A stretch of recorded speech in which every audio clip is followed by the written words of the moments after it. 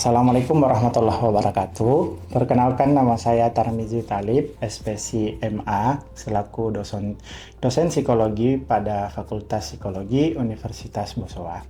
Berikut ini adalah video pernyataan diri dosen untuk unjuk kerja Tridharma Perguruan Tinggi atau PDD UKTPT terkait dengan mata kuliah yang saya ampu, yakni mata kuliah biopsikologi. Jadi mata kuliah biopsikologi ini ditujukan untuk mengetahui hubungan antara kondisi biologis manusia dengan proses psikologis yang dialami.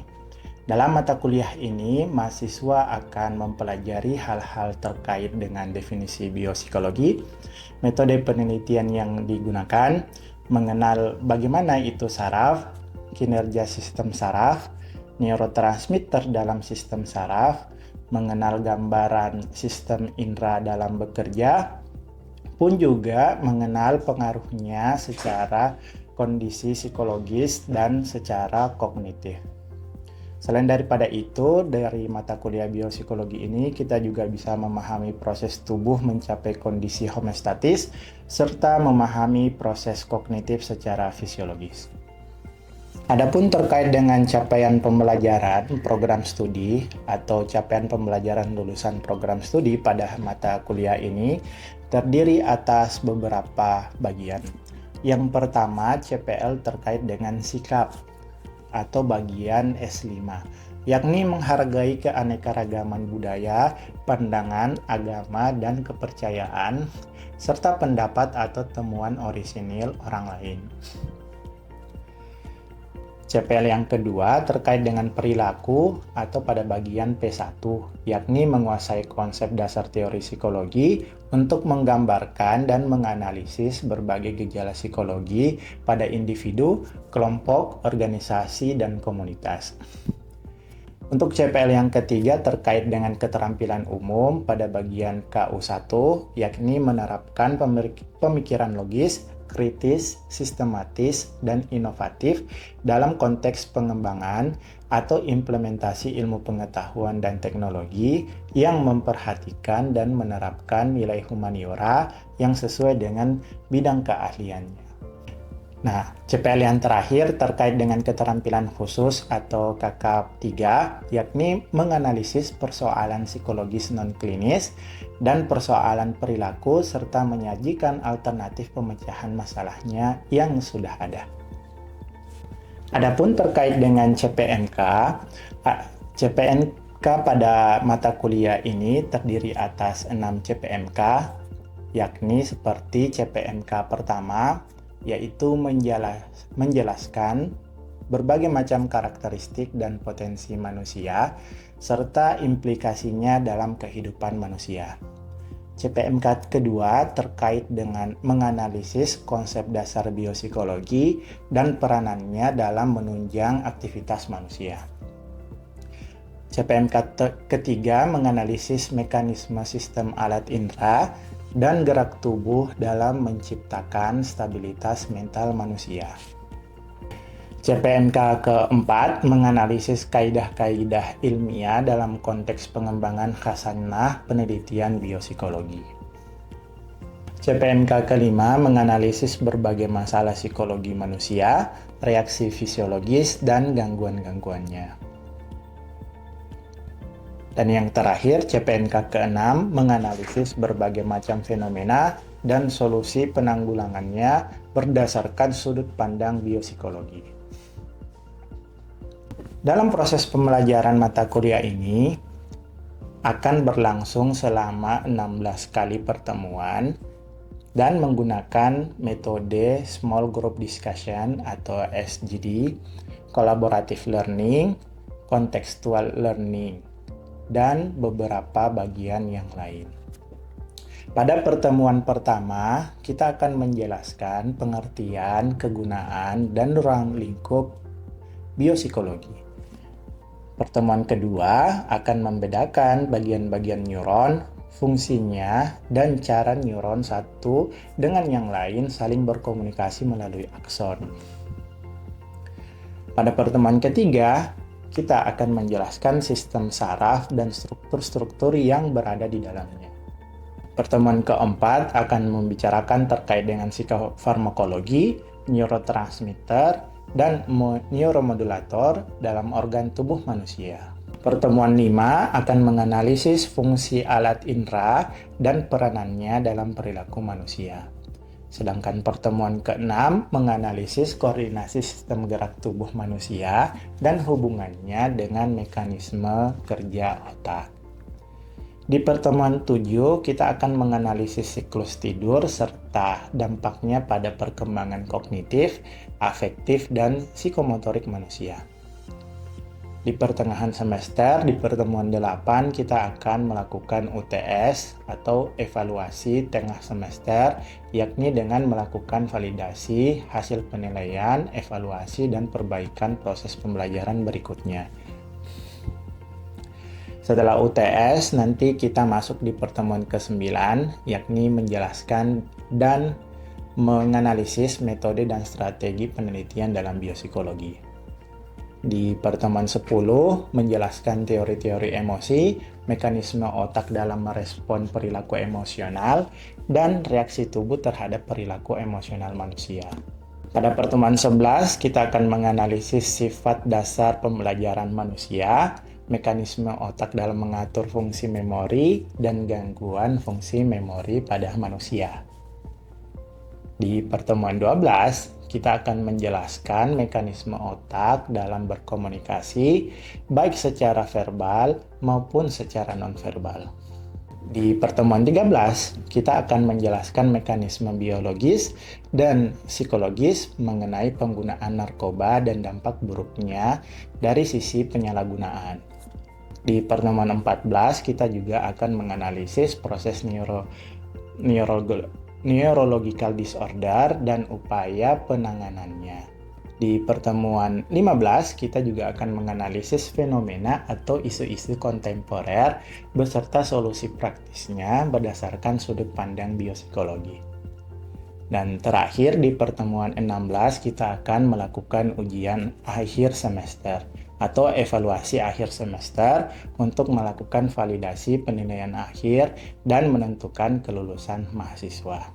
Demikianlah penjelasan terkait mata kuliah biopsikologi. Berikut ini kami akan memperlihatkan video pembelajaran mata kuliah biopsikologi pada pertemuan kedua dengan subkajian struktur dan fungsi sel-sel sistem saraf atau neuron.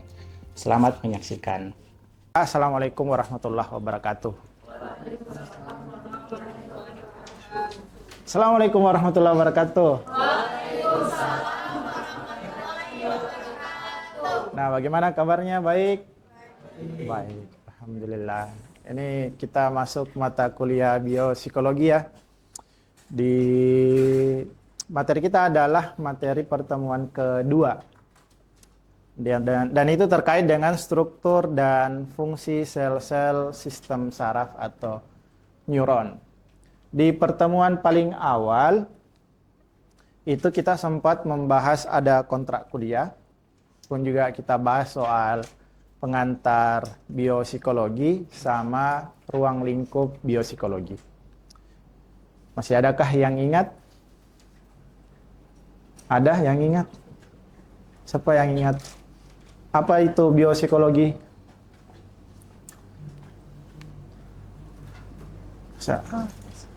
Ada yang ingat? Masa nggak ditahu? Biopsikologi apa? Yang ada di pikirannya kalian? Apa, Derel? Tentang studi yang mempelajari tentang biologi perilaku, Pak. Biologi perilaku, oke. Ada lagi yang lain? Selain dari itu, apa itu biopsikologi? Tiba-tiba nunduk ini kalian. Hubungan antara psikologis dan biologis manusia. Jadi ilmu yang mempelajari terkait dengan urusan biologis sama fisiologis pada manusia.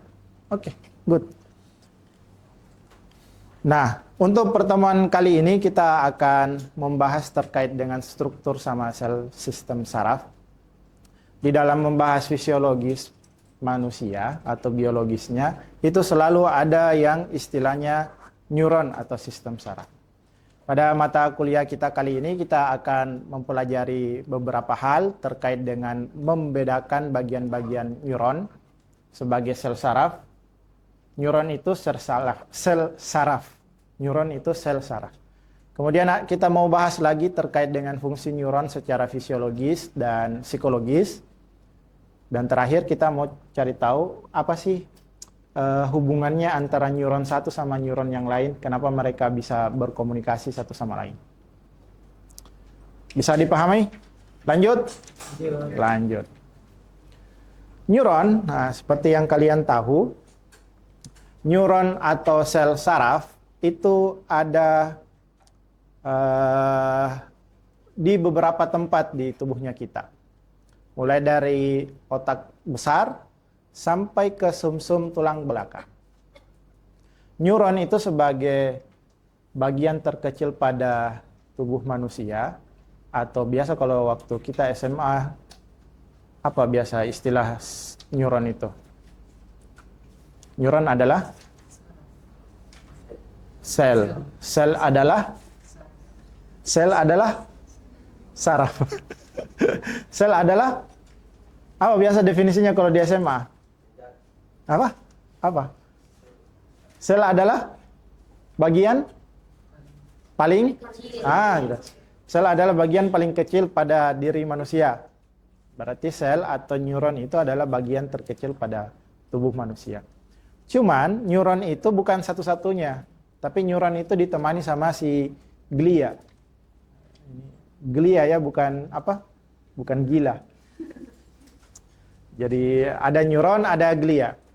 Tugasnya neuron atau sel saraf itu berfungsi untuk mengirimkan informasi sama menerima informasi. Jadi sel saraf atau neuron itu sekali lagi dia fungsinya cuma dua. Jadi tugasnya di dunia itu cuma dua. Dia kirimkan informasi sama menerima informasi.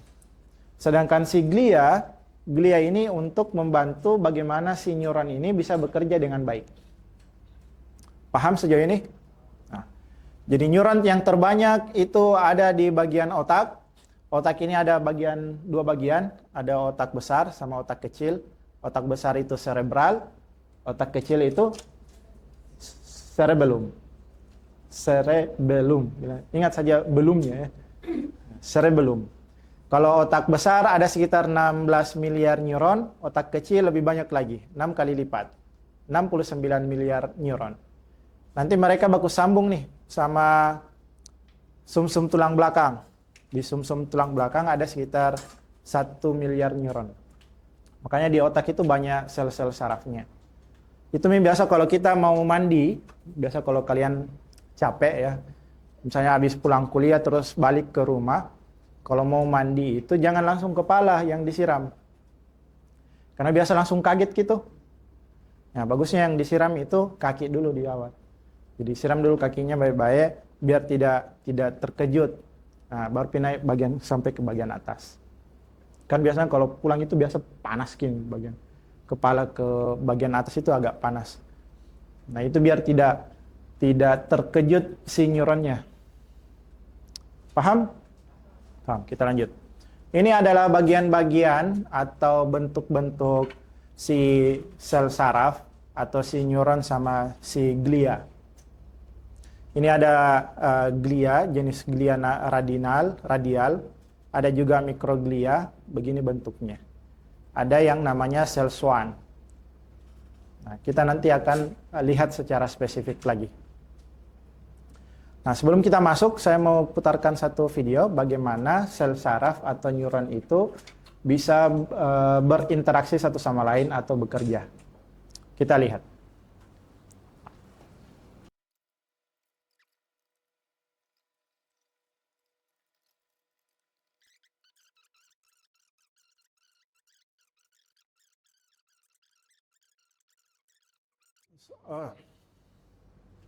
Jadi di soma itu badan sel, terus di dalam badan sel itu ada namanya nukleus atau inti sel. Jadi ini itu kita anggap sebagai soma. Jadi di luarnya nukleus itu soma. Paham? Nah, kemudian ada dendrit, kemudian ada akson. Nah, terakhir di akson itu ada namanya knop ujung. Knop ujung.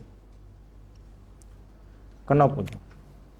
Jadi ini, kalau di gambar itu ini, di ujung-ujung sini nih. Knop ujung.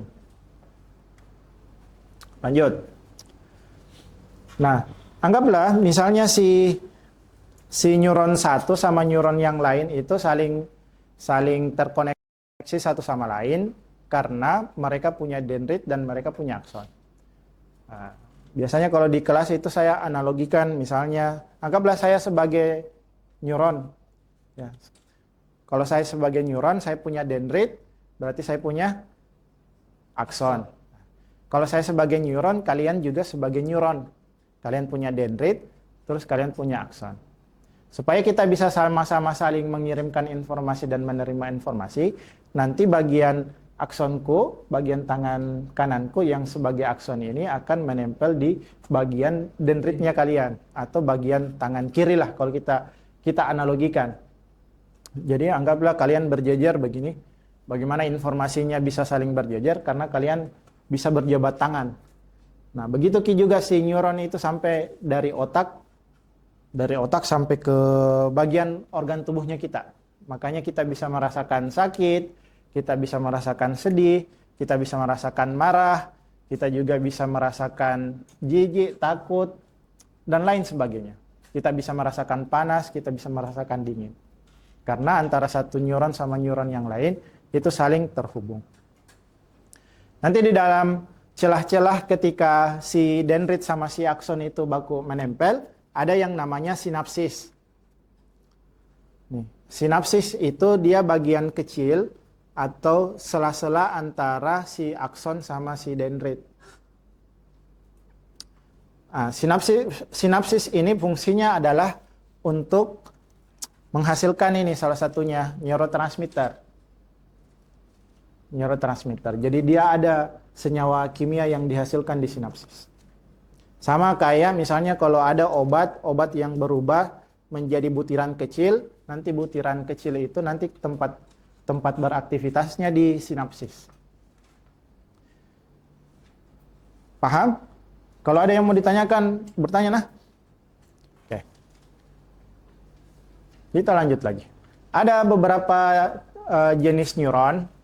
Ada neuron multipolar, kemudian ada juga neuron bipolar, kemudian ada juga neuron unipolar.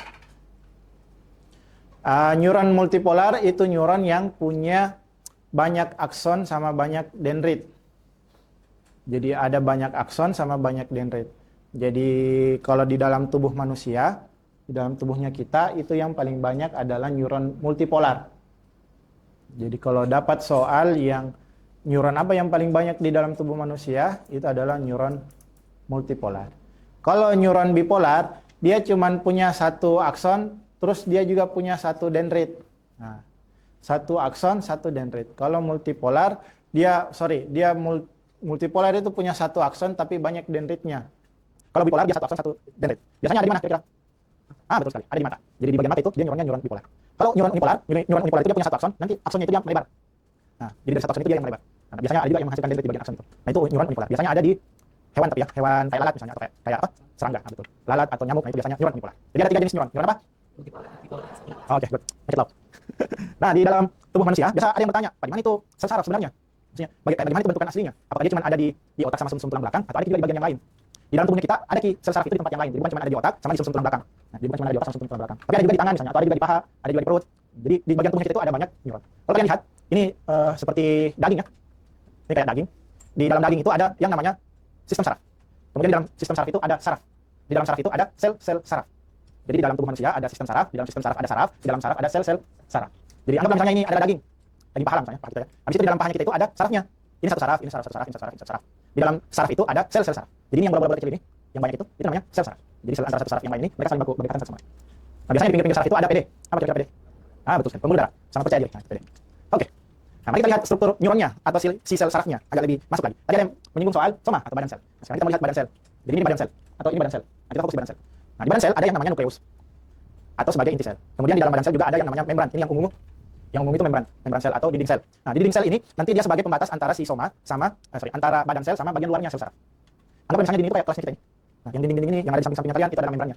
Terus kita ini berada di dalam soma atau badan sel. Nah, di badan sel itu ada inti selnya. Misalnya inti selnya proyektor misalnya karena dia di tengah-tengah misalnya. Nah, itu inti sel. Selain dari itu ada juga yang namanya sitoplasma. Sitoplasma itu dia kayak cairan yang kental yang berfungsi untuk membantu si mitokondria itu bisa beraktivitas dengan baik. Siapa itu mitokondria? Mitokondria itu organel. Nah, ini kayak organel-organel kecil yang dia tugasnya untuk mengekstrak energi. Jadi dia yang bisa menghasilkan energi si mitokondria itu.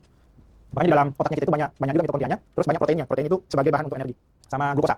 Nah, otaknya kita itu bisa beroperasi dengan baik, bisa beraktivitas dengan baik karena mereka makannya glukosa. Jadi makanya kalau kita kekurangan glukosa atau tidak makan gula, itu biasanya juga loyo juga itu jadinya. Atau tidak bisa berpikir dengan baik karena otak itu butuh glukosa. Kemudian ada mikrotubulus. Mikrotubulus itu dia kayak benang-benang tipis nih. Nah, benang-benang tipis. Jadi dia yang nanti yang akan bantu si soma ini, badan sel ini bersambung sama si akson. Nah, jadi di tengah-tengah sini, kalau kita lihat di gambar antara soma sama akson itu di sini ada benang-benang tipis. Itu yang kita sebut sebagai mikrotubulus. Ada yang mau ditanyakan sejauh ini? Aman? Aman? Muhid, mau tanya? Aman? Oke, saya kira kamu tidur. Oke, mikrotubulus. Nah, kita masuk jauh lebih dalam lagi. Kalau tadi kita bahas soal somanya, kita mau bahas lagi soal apa ini? Nukleus atau inti sel. Nah, di dalam nukleus kita coba pahami dua saja. Ada nukleolus sama ada kromosom. Ada nukleolus sama ada kromosom. Di nukleolus itu bertanggung jawab untuk bikin ribosom, sedangkan kromosom bertanggung jawab sebagai DNA atau ngasih informasi terkait dengan genetik. Jadi nukleus fungsinya untuk bikin ribosom, sedangkan kromosom fungsinya untuk bikin DNA. Nanti ribosom itu nanti dia berfungsi untuk bikin RNA. Nah, tapi kita tidak mau bahas itu, kita mau bahas soal kromosom dan DNA. Jadi di dalam nukleolus itu ada si kromosom dan DNA. DNA ini atau asam deoksiribonukleat acid. Nah, gitu. Atau deoksiribonukleat acid, nah, susah namanya itu. Makanya kita sebut saja DNA, pokoknya DNA. Nah, kalau kita lihat DNA itu asam-asam jadi memang. Nah, kita masuk lagi lebih jauh. Nah, tadi soal struktur genetik, ini namanya kromosom. Nah, makanya kalau di laki-laki kan ada kromosom apa? Kromosom apa? XX. Kalau perempuan ada juga yang pakai apa? XY. Nah, kalau kita lihat sekarang kita lihat bentuknya ada kromosom X. Nah, di kromosom X ini mereka terdiri dari gulungan-gulungan kecil. Jadi satu nukleus itu bisa jadi ada beberapa kromosom di dalam. Ada banyak malah, 1, 2, 3 dan lain sebagainya. Ada banyak. Nah, satu kromosom itu terdiri dari banyak gulungan-gulungan kecil sampai mereka bentuk satu kode genetik. Makanya ada kode genetiknya itu misalnya A, C, G sama T. Kalau kita belajar komputer kan ada kode genetik, ya kan? Kode genetik lagi. Kode komputer. Nah, apa kodenya? Apa kodenya? Nah, saya juga tidak tahu kodenya. Yang ada kodenya itu biasa kalian misalnya, kode-kode misalnya, kode-kode. Apa kode-kode? Ada kode-kode rahasia. Misalnya orang itu bisa mengkode orang lain dengan kedipan mata, atau apa lagi kodenya? Apa pakai parfum misalnya, atau berpakaian menarik, nah, atau membantu orang lain. Nah, itu kode-kode. Nah, kalau dalam tubuh kita juga ada kode-kodenya, kode-kode genetik. Nah, kode genetiknya ada 4. Ada kode A, T, C, sama G. Ini A sama T dia baku temangi. Sedangkan C sama G itu juga mereka bersahabat. Jadi kode-kodenya tidak bisa dipisahkan. A itu apa? A itu adenin, T itu timin, C itu citosin, G itu guan. Jadi nanti A sama T dia bersahabat, C sama G dia juga bersahabat. Jadi tidak bisa misah misalnya A ke C atau G ke T, misalnya, dia tidak bisa.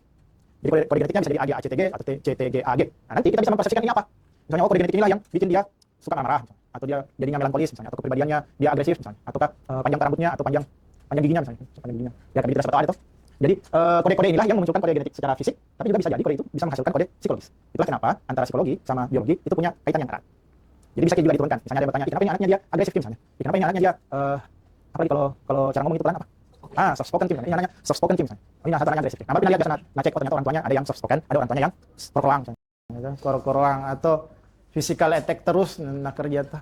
Saya pukul dadamu sampai bunyi. Letak. Nah, itu kan physical attack terus jadi capek. Jadi itulah yang nantinya kode genetik itulah yang diturunkan dari orang tua ke anak. Begitu juga seterusnya. Bagaimana, paham? Ada yang mau ditanyakan? Oke, silakan. Pak, itu arti dari adenin A, T, C, G itu sebenarnya apa arti secara dalam bahasa Indonesia kan adenin. Kita tahunya cuma adenin. Oh iya. Nah, nanti di setiap kromosom itu bisa jadi mereka akan menghasilkan banyak kode. Dan kalau kita mau interpretasikan, nah itu baru bisa dicek, oh ini kodenya ini apa? Ini berkaitan sama rambut kah? Ini berkaitan sama kulit kah? Atau ini berkaitan dengan pewarisan sifat secara langsung. Jadi kalau ditanya ini apa artinya, nah itu tidak bisa kita ketahui.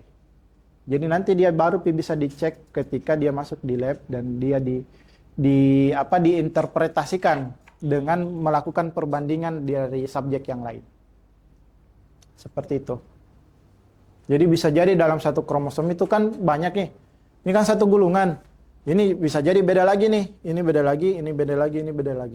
Begitu seterusnya.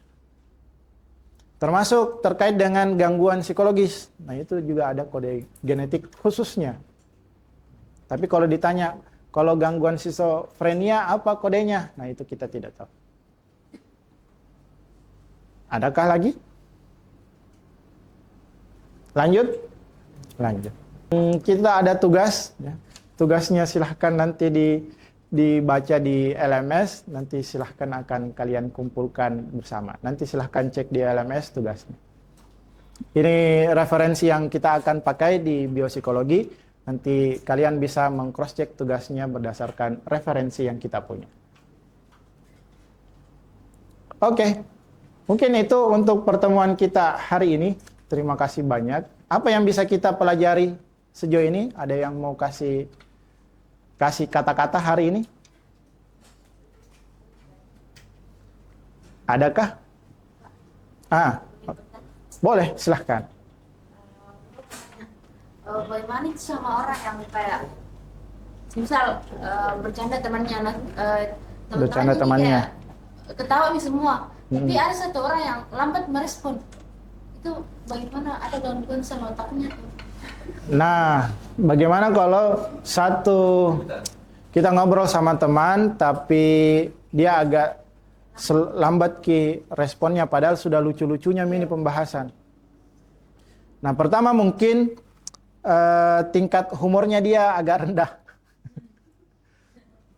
Ya, mungkin ya. Atau jokesnya itu kurang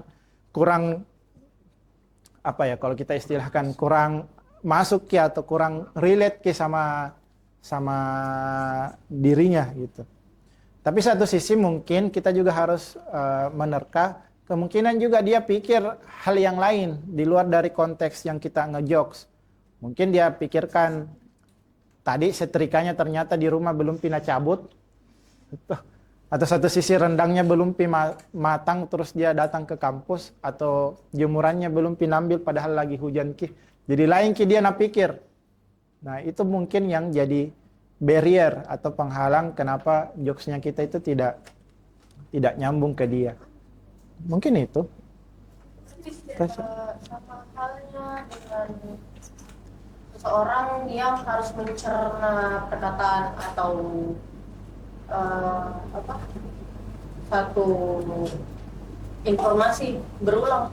Mencerna satu informasi berulang. Jadi harus dijelaskan 2 kali agar dia mengerti. Iya, bisa jadi seperti itu karena tidak fokus juga di awal toh, atensinya kurang sama pembahasannya kita. Makanya biasanya ada orang yang ulangi. Tapi kan mengulangi jokes yang sama itu kadang tidak sama sensasinya begitu. Tuh, misalnya ada punchline-nya keluar, mungkin langsung nge-boom. Tapi keluar lagi punchline-nya, itu ya kurang tawanya. Lama-lama ternyata punchline-nya dikasih keluar lagi, tidak berefek nih. Terima kasih banyak untuk atensinya. Apa yang kita bisa pelajari hari ini, kita bisa tahu bahwa neuron itu punya banyak ragamnya, mereka bisa saling berkomunikasi satu sama lain.